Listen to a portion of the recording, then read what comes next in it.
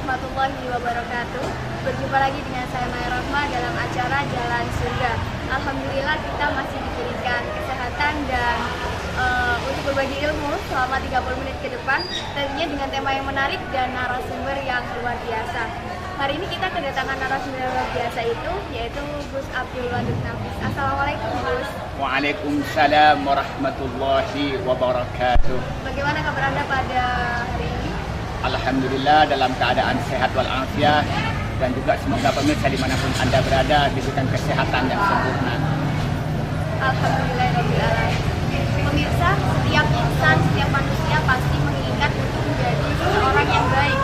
Tapi itu bukanlah sebuah cita-cita saja, tapi kita harus mengusahakan, mengupayakan untuk menjadi seseorang yang terbaik itu. Bagaimana caranya, apa yang harus kita lakukan, dan apa yang harus kita rubah dalam diri kita sesaat lagi hanya di Jalan Surga.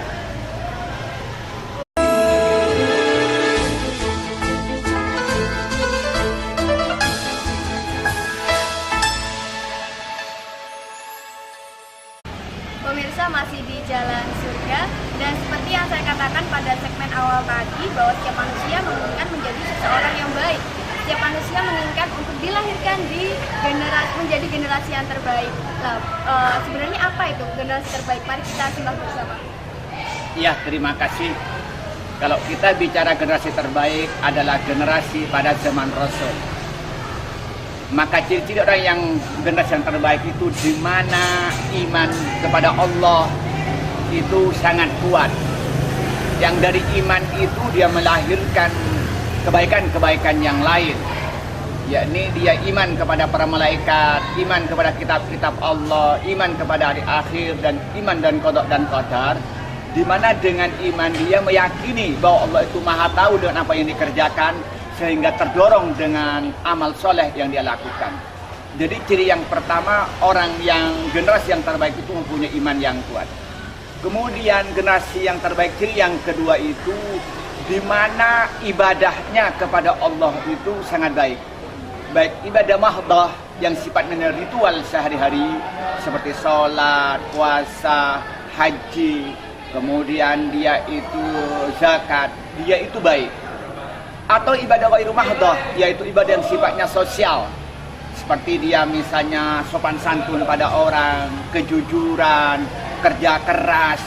Jadi ketika dia itu ibadah zahir dan batin, ibadah ghairu mahdah itu baik, itu adalah ciri-ciri yang kedua generasi yang terbaik.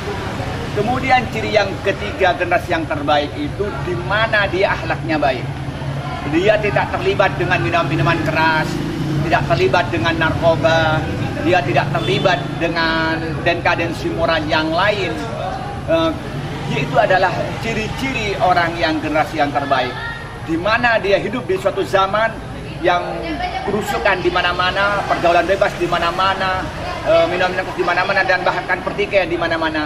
Namun dalam posisi dia tidak mengikuti arus globalisasi yang membawa dampak negatif itu. Namun yang paling akhir, generasi yang terbaik itu dia mau dan berjuang untuk menegakkan kebenaran, menegakkan keadilan, di mana di situ masyarakat dipenuhi dengan ketidakadilan, dengan kezaliman, dengan degradasi moral, walaupun risikonya nanti akan mendapat tantangan dan rintangan yang sangat berat, bahkan kadang-kadang nyawa menjadi taruhannya. Itulah generasi yang terbaik. Kata kuncinya adalah generasi yang terbaik di mana imannya baik, ibadahnya baik, akhlaknya baik, dan kemudian dia berjuang untuk menegakkan keadilan dan kebenaran dengan segala upaya, dengan apa yang dimiliki baik fisik maupun harta. Itulah gambaran tentang generasi yang terbaik. Ya Gus, tadi yang pertama adalah generasi pada zaman Rasulullah ya Gus ya. Iya. Generasi pada zaman Rasulullah itu kan padahal banyak orang-orang pada saat itu kaum jahiliyah, Gus. Kenapa bisa disebut generasi terbaik? Iya, orang-orang yang ngikutin Nabi Muhammad dari kehidupan jahiliyah yang penuh dengan kemungkaran berubah menjadi orang yang baik. Contoh sederhana, ketika itu Umar bin Khattab itu ketika belum masuk Islam suka membunuh orang, bahkan anaknya sendiri dibunuh. Tapi ketika dia masuk Islam, dia menegakkan keadilan dan rela berkorban apa saja demi menegakkan keadilan. Ini contoh. Contoh misalnya yang lain, misalnya kayak Abdurrahman bin Auf, orang yang kaya. Ketika dia belum masuk Islam, maka hartanya dipakai untuk kepentingan maksiat. Tetapi ketika dia masuk Islam, berubah, maka harta yang dimiliki untuk bantu fakir miskin, untuk menyantuni orang-orang yang membutuhkan. Maka dengan dia itu masuk Islam, maka berubah dari kehidupan jahiliyah menjadi generasi yang terbaik. Ya. Lalu Gus, saya pernah membaca sebuah hadis yang mengatakan bahwa ada 3 generasi terbaik, yaitu saat Rasulullah, terus setelah Rasulullah, dan setelahnya lagi, seperti itu Gus. Kalau seperti itu, mengapa hal itu Gus? Setelah Rasulullah dan setelah, apa kita nggak ada harapan untuk menjadi generasi yang baik juga Gus? Hadis yang bermacam-macam, ada yang menegaskan bahwa generasi yang terbaik itu zaman Rasul. Kenapa? Karena memang bersentuhan langsung dengan Rasul, pendidik langsungnya adalah Rasul. Kemudian Al-Quran diterima dari Rasul. Ketika mereka tidak paham langsung minta tafsiran pada Rasul. Kemudian Rasulullah memberikan contoh yang terbaik, bagaimana generasi yang terbaik. Nah, itu makna itu menjadi generasi yang terbaik. Kemudian setelah Rasul, jadi tadi zaman Rasul, dulu zaman sahabat. Kenapa zaman sahabat termasuk zaman yang baik? Karena dia mengaji, belajar kepada orang yang belajar langsung pada Rasul. Mereka dididik, ditarbiyah, digembleng kepada orang yang pernah dididik oleh Rasul, maka dia akan melahirkan generasi yang baik pula.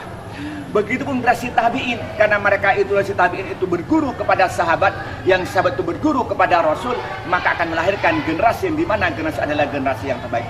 Maka generasi zaman Rasul, generasi zaman sahabat, dan generasi zaman tabi'in itu adalah generasi yang terbaik. Itu ada satu hadis. Namun ada hadis yang lain bahwa umat Rasulullah itu bagaikan ujungnya sisir. Tidak tahu mana yang lebih tinggi dan mana yang lebih rendah. Di mana generasi itu mengikuti sunnah Nabi, di mana generasi berpegang teguh kepada Al-Quran, disitulah generasi yang terbaik. Jadi bisa jadi zaman sekarang ketika kita berjuang bagaimana umat Islam dan manusia pada umumnya mau melaksanakan Islam secara kafah, berpegang teguh kepada Al-Quran sebagai way of life, dan Rasul sebagai teladan, akan melahirkan generasi yang terbaik. Jadi bisa jadi zaman sekarang melahirkan generasi yang terbaik.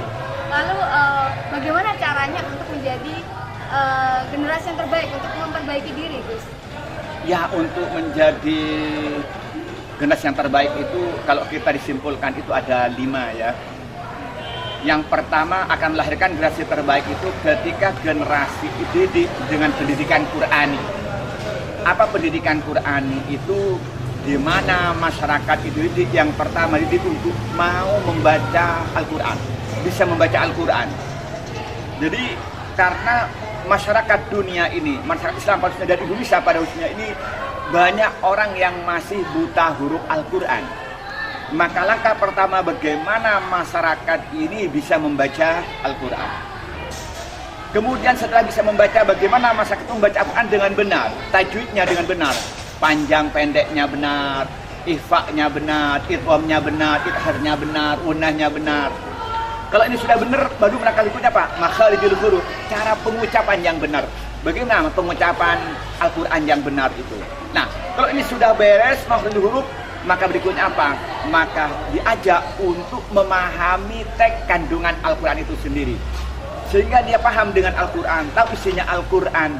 Baik itu yang sifatnya zahir atau yang tidak zahir. Baik yang sifatnya mantuk atau yang mafhum. Baik itu yang sifatnya tersirat ataupun yang tersirat. Kalau sudah begini, apa kewajiban? Yang pertama bagaimana dia itu membaca Al-Quran. Kemudian yang kedua mau memahami Al-Quran. Kemudian yang ketiga mau membaca Al-Quran dalam kehidupan sehari-hari. Siang, sore, pagi, malam. Bagaimana dia membaca Al-Quran? Namun lebih dari itu, kemudian langkah berikutnya yang keempat, mau mengamalkan isi Al-Quran. Baik dalam konteks pribadi, konteks berkeluarga, konteks bermasyarakat, atau berkonteks berbangsa dan bernegara. Itu yang harus kita lakukan. Nah, setelah itu mereka tahu, maka bagaimana mereka didorong untuk mengajarkan dan mendakwahkan isi Al-Quran kepada orang lain. Itu langkah yang pertama.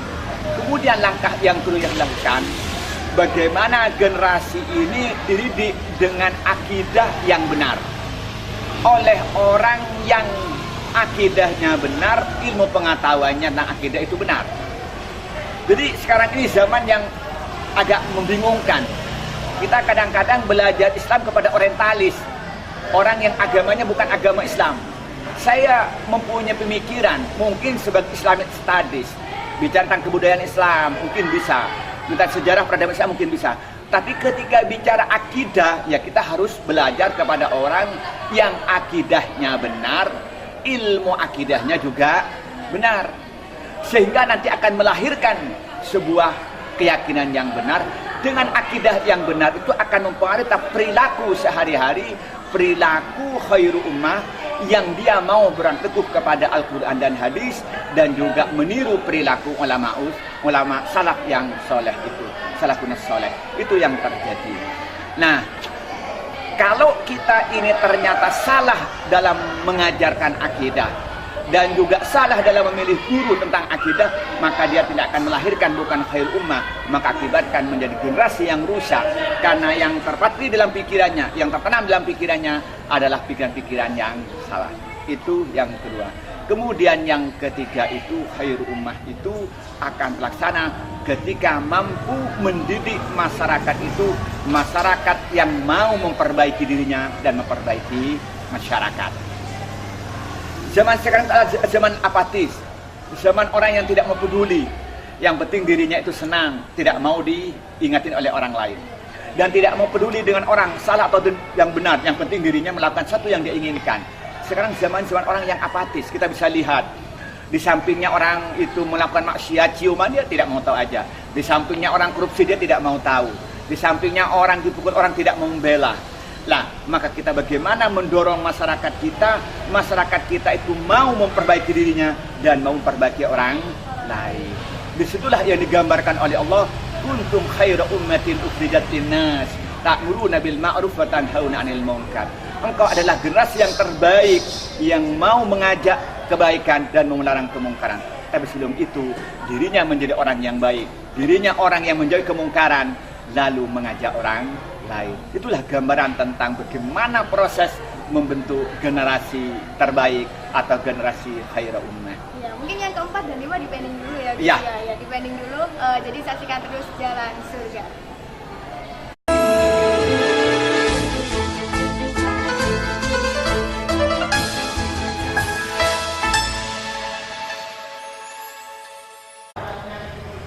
Pemirsa, masih di Jalan Surga, masih dengan pembahasan tema yang sama yang sangat menarik menurut saya, yaitu tentang generasi terbaik.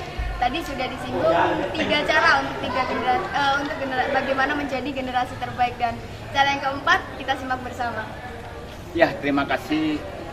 Pada pertemuan yang lalu sudah kita bahas bagaimana cara membentuk generasi yang terbaik. Yang pertama, didik dengan pendidikan Qur'ani. Kemudian yang kedua, mereka itu dididik dengan akidah yang benar. Kemudian mereka juga dididik dengan oleh orang-orang yang memang akidahnya baik. Maka yang keempat, kita itu dididik bagaimana orang ini mau belajar dan diajar tentang ajaran Islam yang utuh, yang universal. Jadi akan terbentuk generasi terbaik ketika dia diajari ajaran Islam yang sifatnya utuh. Masalah fikih, kita bagaimana diajarin fikih dengan 4 mazhab, sehingga dia bisa melihat mana sisi yang paling cocok dengan kehidupan sehari-hari. Karena mazhab yang 4 itu mempunyai argumen yang kuat, punya dalil yang kuat. Namun kadang-kadang ada ijtihad yang dipengaruhi oleh situasi dan kondisi. Maka karena itu dengan menguasai 4 mazhab, maka dia mampu menggunakan fikih ini sesuai dengan situasi dan kondisi. Contoh sederhana, mayoritas penduduk Indonesia itu adalah bermazhab Syafi'i. Seorang laki-laki menyentuh perempuan adalah wudunya batal. Tapi ketika dia kondisi haji, ketika dia tawaf, kalau pakai mazhab Syafi'i, maka tawafnya tidak akan pernah selesai karena mesti menyentuh perempuan. Contoh. Kemudian mazhab Syafi'i juga ada qaul qadim, ada qaul jadid. Contohnya masalah Jumat.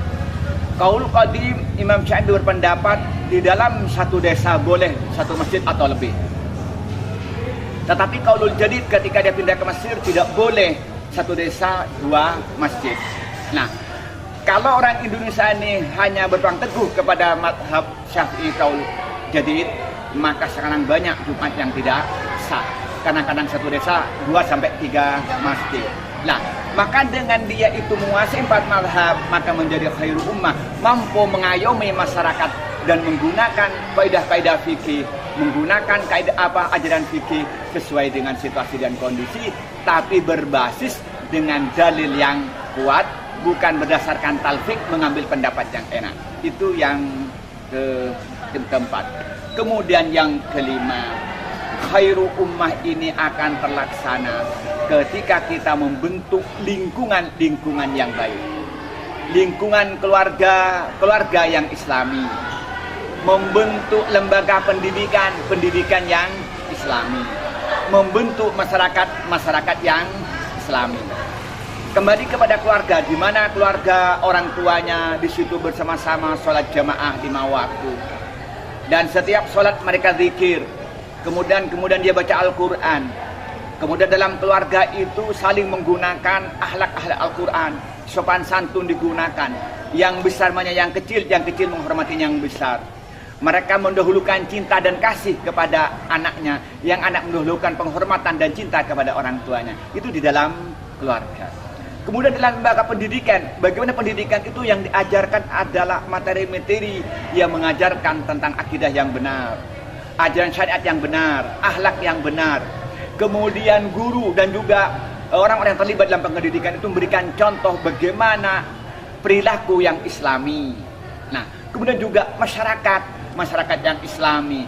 Di situ mulai sopan santunnya, model pakaiannya, model rumahnya, tempat mandinya, semua dibentuk dalam lingkungan islami.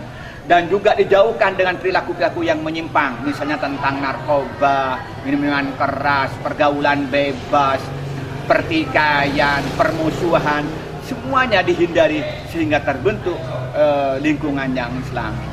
Maka ketika kita ini membentuk masyarakat yang islami itu, maka pada akhirnya akan melahirkan generasi khairu ummah, di mana generasi itu selalu berpegang teguh pada ajaran Islam, generasi yang melaksanakan secara kafah, dan kemudian dia menghindari segala bentuk yang merusak ajaran Islam. Ya Gus, kita tarik ke fenomena di Indonesia ya Gus. Ya. Kalau pemuda itu biasanya menjadi generasi penerus bangsa seperti itu Gus. Tapi pemuda-pemuda zaman sekarang tidak semuanya bisa menjadi generasi penerus bangsa. Kalau menurut saya, pandangan saya sendiri ya Gus, itu bagaimana Gus caranya? Memang tantangan dan rintangan untuk generasi muda sekarang itu lebih berat daripada terdahulu. Kenapa? Karena sekarang itu dengan era globalisasi, media massa demikian masifnya ya. Kita melalui dari TV dengan menggunakan parabola, apalagi menggunakan sekarang TV digital, dengan mudah nonton dengan segala tontonan, mulai dari yang baik sampai yang tidak baik. Kemudian dengan adanya internet, kita bisa nonton YouTube dan juga web-web yang lain, situs-situs yang lain. Kemudian dengan adanya WA, dengan adanya BBM, adanya Facebook, kita akan mempengaruhi perilaku manusia itu, khususnya perilaku anak muda. Maka karena itu pemuda sekarang, remaja sekarang akan menjadi generasi yang terbaik, akan menjadi generasi yang meneruskan perjuangan bangsa, akan meneruskan perjuangan agama Islam ketika generasi itu dididik dengan 4 hal.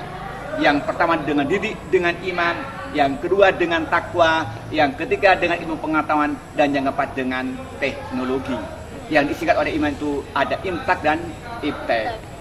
Kalau dia imannya itu lemah dan takwanya lemah, maka akan larut dengan kerusakan masa kini. Maka ketika dia buka situs, maka situs-situs yang merusak mental. Ketika dia nonton YouTube, maka itu adalah YouTube yang merusak mental. Ketika dia turun ke masyarakat, maka mengikuti pergaulan yang rusak ketika imannya itu lemah. Begitupun ketika ilmu pengetahuan dan teknologinya itu rendah, maka dia tidak apa yang sudah dia lakukan. Dia mau buka HP tidak bisa, mau naik mobil tidak bisa, mau nyoting nggak bisa. Semuanya diserba tidak bisa, maka hidupnya tidak bermanfaat. Maka tidak berbuat apa-apa, bagaikan orang yang lumpuh. Maka karena itu, kalau ingin membentuk generasi yang terbaik di zaman sekarang ini untuk menjadi generasi yang bisa meneruskan perjuangan bangsa, maka mampu mendidik dengan pendidikan iman dan takwa, ilmu pengetahuan dan teknologi. Mungkin ada sedikit iming-iming Gus, keuntungannya menjadi generasi yang terbaik itu apa Gus sebenarnya? Yang pertama, di akhirat Allah akan membalas dia itu balasan sorga dan jauhkan dari api neraka. Itu sifatnya yang gaib.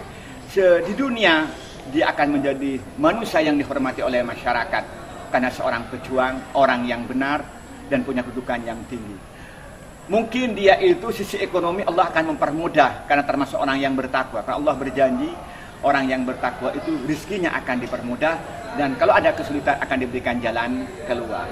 Dan lebih dari itu nanti sejarah akan mengenang masa dia itu. Contoh sederhana, banyak tokoh-tokoh yang dikenang dengan munculnya misalnya Hasyim Asy'ari. Sepanjang sejarah selama itu ada mesti akan mengenangnya. Umpamanya kita dengar misalnya kayak Ahmad Dahlan, selama itu maka selama itu misalnya itu Muhammadiyah masih ada, pasti itu yang namanya Ahmad Dahlan akan selalu dikenang. Itu di dunia. Dan juga banyak pahlawan-pahlawan yang lain, banyak tokoh-tokoh yang lain yang dia termasuk generasi yang terbaik. Contohnya kembali mundur kepada zaman sahabat. Orang akan mengenang yang namanya Umar bin Khattab, orang akan mengenang yang namanya Khalid bin Walid, orang yang mengenang yang namanya Abdullah bin Rawaha, karena mereka-merekalah adalah generasi yang terbaik dalam kriteria, dalam konteks yang kita diskusikan pada pertemuan kali ini. Ya Gus, mungkin benar-benar menarik. Jadi kita mungkin Gus Wadud bisa menyimpulkan apa yang kita bicarakan dari zaman awal. Ya, terima kasih. Kalau kita simpulkan, generasi yang terbaik itu adalah generasi di mana dia itu melaksanakan ajaran Islam secara utuh. Yaitu dia imannya kuat, ibadahnya baik, akhlaknya baik, dan kemudian dia itu mandiri secara ekonomi. Kemudian bagaimana cara membentuk generasi yang terbaik? Yang pertama mereka didik dengan pendidikan Qur'ani. Mereka bisa baca Al-Quran, memahami Al-Quran, dan melaksanakan isi Al-Quran, kemudian berdakwah kepada lain dengan Al-Quran itu. Kemudian yang kedua, dia itu memahami ajaran Islam secara utuh, secara kafah, secara universal, secara komprehensif. Kemudian yang ketiga, dia itu diajari dengan akhlak-akhlak yang Islam. Kemudian yang keempat, di mana dia itu betul-betul berpegang, memahami semua ajaran-ajaran Islam itu, terutama masalah fikih, sehingga dia memahami dan menggunakan sesuai dengan situasi dan kondisi. Kemudian yang paling akhir yang ingin kita sampaikan, bahwa generasi sekarang itu adalah generasi yang penuh tantangan dan rintangan untuk menjadi khairu ummah. Maka karena itu perlu perjuangan yang sungguh-sungguh untuk menjadi khairu ummah dengan selalu berpegang teguh pada ajaran Allah dan berjuang untuk menegakkan ajaran Allah sekalipun menghadapi kesulitan dan tantangan yang begitu berat. Wow, menarik sekali perbincangan pada hari ini ya Gus ya, dan terima kasih kepada Gus Wadud sudah memberikan gambaran mengenai generasi terbaik. Semoga kita semua bisa menjadi salah satu bagian dari generasi terbaik tersebut. Maka untuk itu jangan hanya menjadi cita-cita, tapi juga kita harus mengupayakan merubah diri kita menjadi generasi terbaik. Saksikan terus Jalan Surga, insya Allah kita akan kembali dengan tema-tema yang menarik lainnya. Tetap di JTV Bondowoso. Wassalamualaikum warahmatullahi wabarakatuh.